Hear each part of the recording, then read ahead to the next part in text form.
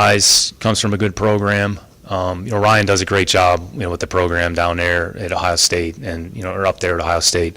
Certainly with the quarterback as well. CJ's been a productive player. He's been an accurate player. Certainly has a long way to go. I think he'll admit that. I would say there's no timetable on any player. So the goal is for the player, whoever they are, to come in here, work hard, earn their role on the team, whatever that entails. But he's a player that our coaches spent a lot of time on, spent a lot of time with, had a lot of constructive discussions. We felt that was the best decision for us to make. And as far as the trade is concerned, it just really comes down to doing, what we feel is best for the football team, and it was an opportunity to get a player who, we thought very highly of.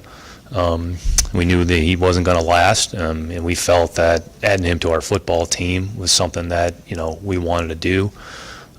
Can't say enough good things about Will, just the person that he is, the human being that he is, his leadership, and unsolicited, before the draft, we received just commentary about, just the praise was just incredible, but we've talked about this, whoever they are as players, they are as people as well, and when you see a consistent pattern of behavior in every step of the way, the messaging is the same, then it says a lot about who that individual is. So, really the trade in and of itself was just about doing what we felt was best for the team and the organization.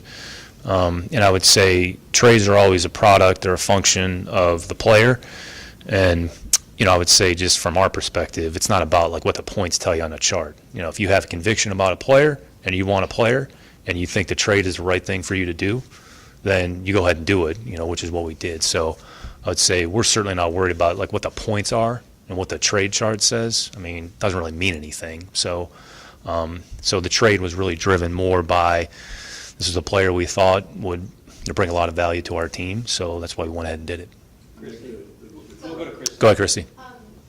After 3 tough years around here, to be able to address your need at quarterback and get perhaps the top defender in the draft, I know you've been in the draft room, but do you feel the excitement with the fan base, and are you excited to give them something to be excited about it? Yeah, I haven't been out of the building here a little bit, but it's hard to say that you've addressed a need when a player hasn't walked in the building. I think we've identified players that have the traits and characteristics that we think we want to have in our building, and it's not just about what they do on the field. It's about other qualities that they possess. I think one thing that's going to be important is for whoever we draft tonight and then the future days here is they have to earn the respect and the trust of their teammates, and they haven't really earned anything to this point, or they're certainly not entitled to anything. So I think we're excited about the opportunity that's in front of us. It doesn't mean really anything at this point. We know that our opponents and the teams in our division, they're going to add good players as well. So all we can do is focus on the Texans and what we're trying to do. So if the fans are excited, that's great. So I think they'll be more excited, when we win games. And, we're a long way away from playing our first game there in September. But I think this is about just repetitive action over the course of time and being consistent. And we're not going to solve anything in one draft, one player, one night. It's going to take a series of actions over time with the right people, with the right mindset, that believe in the things that we're doing, that believe in what we're trying to build, and then hopefully that will manifest itself on the field when we actually do play. For the last couple of years, you've been acquiring a lot of assets, especially draft capital, to make this move here using what you've had. What about the context of this year made you prepared to move for that? Because next year you would have had 2 first rounders. What about this year in the team made you comfortable to make that move this year? Yeah, every year is different. Every draft's going to be different. You can't really project what's going to happen in 2024. So we talked about this before the draft. I think we put ourselves in a position. We created some optionality for ourselves. So if we felt there was an opportunity that we could take advantage of, then we were in a position to do it. And I would say the way kind of the chips fell, like that kind of happened to work itself out. And again, we haven't played a game yet. These players haven't been in the building. They haven't done anything to this point. Like they've been productive players in their respective programs, but the reality is they're starting over. So what we'll try to do is just create flexibility for ourselves, and you can accumulate as many draft picks as you like. How you utilize those draft picks, ultimately you have to take the information, process it, have constructive dialogue about it, and then kind of go through what-if scenarios. And if you make this move, here's what's going to cost. Are we comfortable with it? Do we have conviction behind the pick? Do we have conviction behind the player? And I would say the staff involvement in that is a part of it. So it's the player, how we feel the player is going to fit our program. What do they bring to the table? What do we have to give up in return?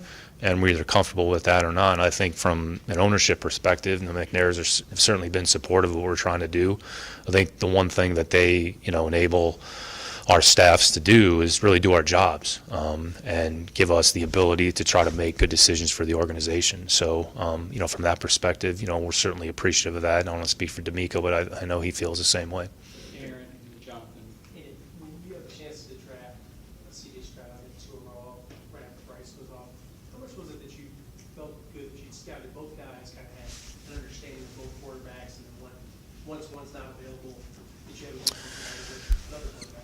Yeah, and it's not really specific to the quarterback position, Aaron. I mean, really our responsibility and job is to know each position kind of top to bottom and know who the players are, what are their strengths, what are their weaknesses, what's the role that you potentially could envision for them. It doesn't really mean anything, though, until they actually get here. So, but having an overall understanding of the board top to bottom and then across positions, like that's our job, that's our responsibility when we scout and evaluate players. So, and I think we've done that along the way. We've talked about this. I mean, Lip and the college staff do an unbelievable job. So, but that's what they're here to do. So everybody has a job, everybody has responsibility. Every player is important.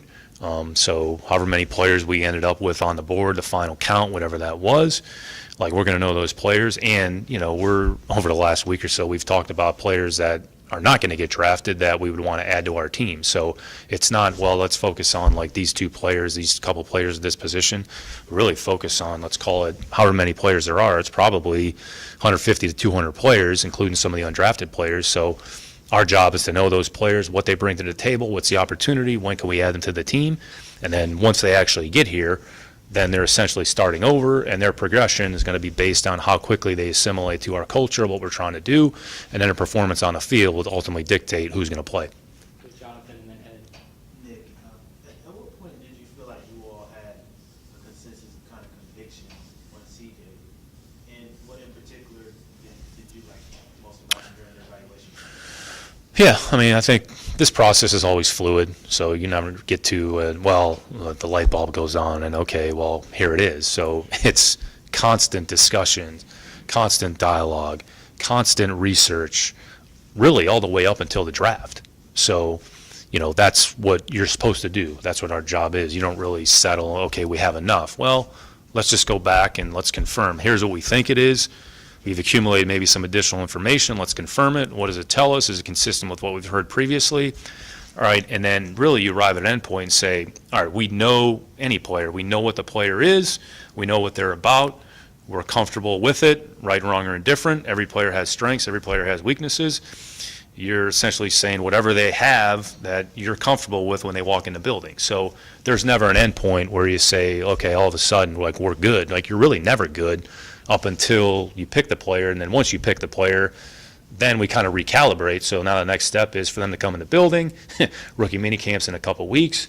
We'll do some sports performance testing, kind of get a baseline of where they are from the strength, from their endurance, from their power. We'll see where they are on the field. We'll go out there for rookie mini camp. Probably won't do anything too substantive, but we'll get a workout, and then really they're going to go into phase 2, so they're behind our players. So it's constantly moving. There's never an end point. So it's like, oh, what are you going to do when the draft's over? Well, we're going to flip the page, and then we're going to focus on phase 2. We're going to focus on our players, and we're going to continue the team building aspect, like whatever that entails. So specific to CJ, I think I alluded to it in the opening. I'd say his toughness, his competitiveness, his leadership, his accuracy, like those are all strengths of his. There's certainly things that he's going to have to work on. There's things that he's really probably never seen defensively, what some of the other teams are going to do. He's going to have to learn our vernacular, our vocabulary of how we call plays, our offense, probably a lot different than what he did with Coach Day at Ohio State. It doesn't mean one's better or one's worse. It just means you're essentially starting over. So it's just like when you go from, college, or you go from high school to college, like you're essentially starting over. You know, when you take your, intro finance class, it's probably a little bit different than, whatever your econ class was in high school, if they even teach that. So everybody's starting over, but, CJ has a lot of qualities that, we like, and which is why we felt comfortable making the pick that we did. Go ahead and Omar. Nick, could you explain the mechanics of exactly when you had both the second and third? Yeah, so we made the pick with CJ there, and Arizona was on the clock, and then we were on the clock, and we were really going back and forth on the trade compensation. So let's say the trade itself was actually consummated with about a minute and a half left on the clock. So it's us to Arizona, okay, we have a deal, us to the league, okay, we're doing a trade with Arizona, here are the terms, here are the parameters, they have to match it up. Okay, you're good, you're on the clock, be ready to submit the pick. So there's a lot happening in a short period of time. So we were under 5 minutes, and then we're really under 2 minutes. So we had to get the pick ready to submit on a computer. So as soon as we were on the clock, it was ready to go, get the player on the phone. So, we had dueling phones working there for a little bit. So, and then I'd say we probably made the pick with less than a minute left. So the clock didn't run out, so at least we were able to make the pick. When you came in the office today, did you have a feeling you were going to make picks 2 and 3? When the draft started, did you have a sense you were going to make picks 2 and 3? We didn't really know. We thought, well, maybe there's a possibility. Our job and, part of my responsibility is to explore every alternative and every option. So I would say throughout the course of the day today, there were some exploratory discussions, not only with Arizona, but with some other folks.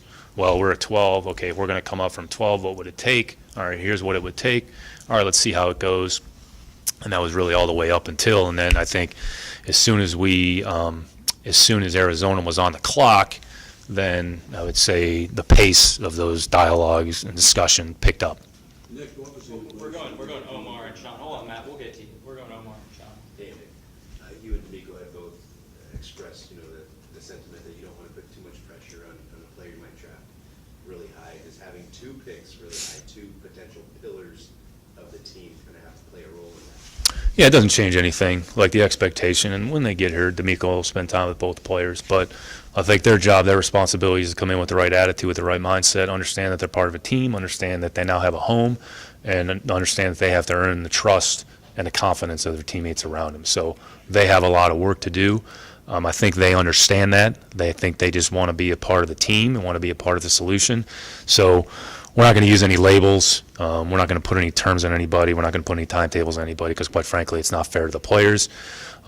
It's not really responsible to the rest of the team. So the expectation for the players that are in our building is the same. D'Amico is going to lay out the expectations about what he expects, and then the job of the player in turn is to respond and to be a good teammate, to do the right thing, put the team first, focus on your job, focus on improvement, focus on getting better, focus on taking advantage of your opportunity, whatever those are. And that's going to be the expectation, whoever is in this building, between now and the start of the season in September. So that's where the focus is. It's not on any, vernacular or about, what their future is or their role in the organization. Quite frankly, they haven't earned it yet, and they have to earn that when they get here. We'll go Sean and then Matt. Nick, Sean first. Nick, late this past season, you mentioned that you started the scouting process a little bit earlier than you typically have before. Was tonight maybe validation for you, or this process leading up tonight almost validation for you with what you initially thought you were going to do with that number 2 pick? Yeah, I'd say this process is really just about work. It's about constant, consistent work, and it's not about creating any sort of expectation. Every draft is different, every, player is different, and this is part of our job and responsibility. So I think a lot of people put a lot of time, a lot of effort into this, and it's just one draft. There's going to be future drafts ahead of us, so I think our job is to, as best we can, continually over the course of time, just add good players that are good people, that are going to do the right thing, the organization. So, you're never going to rest on your laurels. There's never really any validation. It's not about that. It's just about, I think, those of us that are fortunate to be in the positions that we're in enjoy what we do and understand it's a process.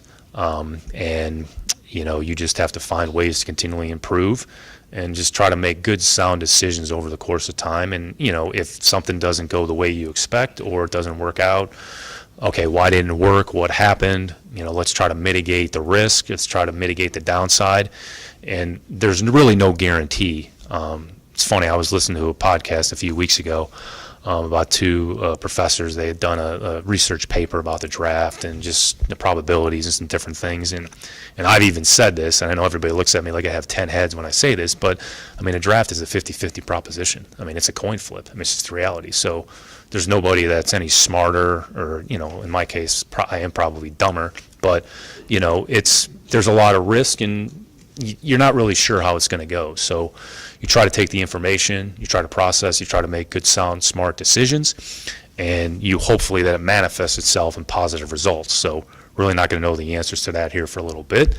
But, I think we've positioned ourselves decently. So, it's all about taking advantage of our opportunities, and that's the only thing that we can do, and the only thing we can control is our performance. Everybody within the organization, the only thing they control is their performance on a day-to-day basis, and do it consistently, do it to the best of your ability, and that's all we could ever ask.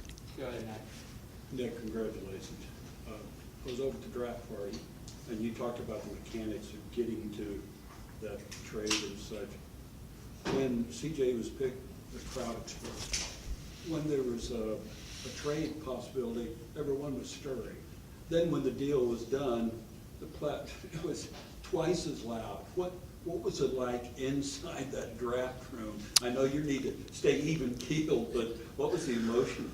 Yeah, it's pretty subdued, quite frankly. So you just kind of move from, it's very transactional, unfortunately, but it's very transactional. You go from one transaction to the next transaction. So I have a transaction at 2, all right, now we have a transaction at 3. So until, I would say, there was some emotional outburst probably at the end when we actually consummated the trade, there's natural excitement. And look, people should be excited. I mean, I'd say people put a lot of time and a lot of effort, a lot of work into this, and when you see something come to fruition, you should have some emotion. I get emotional as well. I know it doesn't appear that way, but but I think you also have to be realistic about where you are. So it's exciting. I think I'm probably better off not being at the draft party, but we have a job to do. So I know not to take the excitement out of it. Like, we should be excited. We should be appreciative about the opportunity, but it's one transaction to the next. So you got to flip the page, and you can't get too high or low. And then I think once we got to the end, I think, there's certainly some natural excitement, probably because, we knew they wouldn't have to stick around too late because we weren't picking the rest of the night. So, Were you showing teeth? pardon me? Were you showing teeth? I don't know. We'll see when the video comes out if I was showing teeth or not. So. I know the guys haven't been in the building yet, they still have to, as you just mentioned, kind of run the keep on the field. But to that excitement part, what excites you the most about what you were able to do to add to this roster? Yeah, I mean, hopefully we're adding good players. I just think that, who they are as people is certainly significant. Their stories, which everybody will have an opportunity to kind of see their story and kind of what they're about and their roots. I would say, CJ's mom's influence in his life is significant. Hopefully have an opportunity to meet her tomorrow. But we're all a product of our upbringing and the people that are around us. So I think for them, this is validation of all the work and the time and the effort that those people poured into them. At some point, somebody is poured into us. Somebody's poured into you over the course of our life. So, and this is a momentous occasion, I would say, for the player and the individual, because it's their dream becoming a reality. It's what they've worked their whole life for. So now that the reality is here, now the reality is it's about work. So I think both players have a certain amount of pride, a certain amount of mental and physical toughness, which to play in this league, you need to possess those. So hopefully they're excited about the opportunity in front of them. They're excited about the work that they are going to have to put in. And I'd say both players aren't afraid to hold other players accountable. They've shown the propensity to do that with their respective programs. Now, whether or not they're actually going to do that here their rookie season, but I'd say leadership is more about your actions than your words anyways. So if you put in the effort, you put in the time, you put in purposeful work, your teammates see that, that's how you earn the respect of your teammates. So, Will and CJ should be excited. They've earned this opportunity. I think they're excited about coming to Houston. I think they're excited about playing for the organization. I think they're excited about playing for D'Amico and the coaching staff, which is good. So, But in the end, it's about work.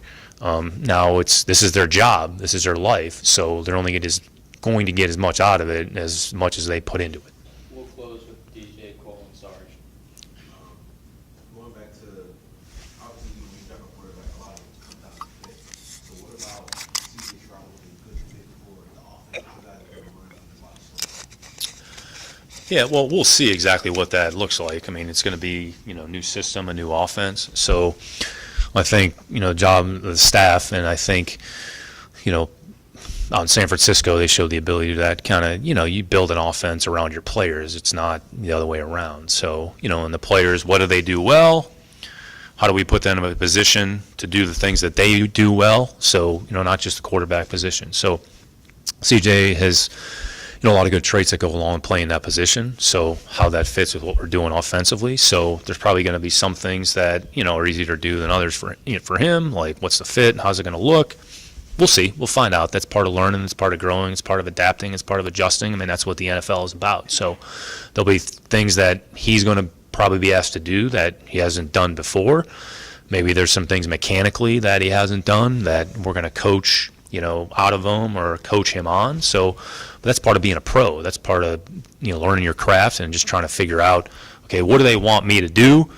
Okay, how does that feel? How does that fit? And then just from a coaching standpoint, let's put the players in the best position and try to accentuate their strengths. Same thing with Will. Like, Will's going to be playing in a different system than he played in Alabama. Like, our defense is different than Nick's defense. So, okay, now we're in our defense. So, okay, how is that going to translate over? So we'll find out. So there's an ebb and flow of this a little bit, and it's going to take time. So, we have, what's April, whatever today is. So May, June, we'll get, 6 to 8 weeks of work. Then take a little break, and then we'll come back for training camp. And training camp is where we're going to build a foundation, and then we're going to really get a better evaluation of, where the players are, and then we'll see who's most ready to play, come September, whoever the opponent is.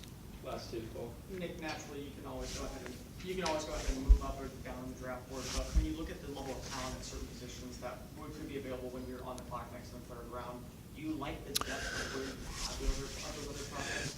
Yeah, no, it's a good question. We've actually looked at that and kind of, we know where we're positioned, so we have 65 and 73, and then the 2-4 is the fifth, 3-6, the 2-7. So we have a little bit of flexibility, and what we'll do tonight, we'll go back, kind of see what's left, understanding there's probably going to be another 30-ish, 35 players that are probably selected before we pick. Could we move from 65 into the second round? There's a possibility, but that's going to be player-driven. So I think we've identified some players that we like. We also understand we're going to lose players. That's the reality of it, so we're going to lose players along the way. But I think in that general range, kind of how we have the players graded relative to their value and potentially what their role could be, we think there'll be an opportunity to add some players to our team that, we'll be happy to have in the building. Last one, Sarge. Nick, this team is still in a rebuilding process, and you all had a high draft pick number 2, and there's a lot of needs that still need, there's a lot of holes that still needs to be filled. And you took quarterback, you have 2 quarterbacks on the roster. Do you feel that you took a day one starting quarterback in CJ Stroud? Yeah, just to the initial part of the question, like, I've never uttered that phrase or used that terminology about our program. I think, we're just trying to build a program and just trying to put as competitive a team out there as we can. So what a player can do, ultimately it's going to be up to their performance. And, we're not going to put any labels. We're not going to put any timetables on anybody, any particular position, any particular player. So we'll do what we feel is in the best interest of the team. D'Amico will make the decisions, and the coaching staff will make the decisions that we feel are best for the team. We'll put the best players out there that are ready to play and that are prepared to take advantage of the opportunity. So as far as kind of, to Omar's question, we're really not about labels, we're really not about terminology around here. We're about consistent, purposeful work, trying to build a program that's sustainable over the course of time. So however we get to that point with whoever those players are, ultimately that's what, that's what our intention and our goal is going to be. Thanks, Nick. All right. Thank you. Thank you.